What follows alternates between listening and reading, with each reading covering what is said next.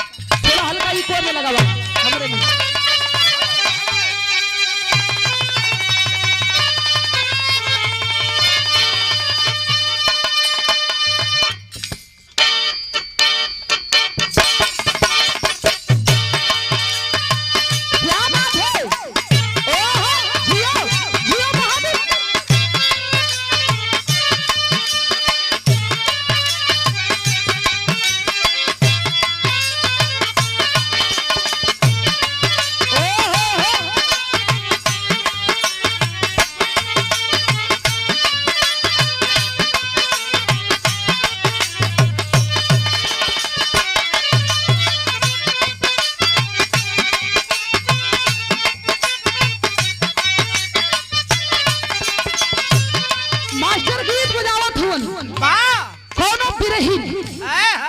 परदेशी सैया की याद में हर आग अगिए होले, लेकिन बिरह के आग ई गजब के आग होले। ये कहाँ होले भैया?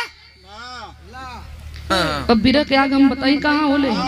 कहूं होले बेकाटी के बरे। अच्छा अच्छा समझावल करा भैया। उतलही बतावत है कहलस का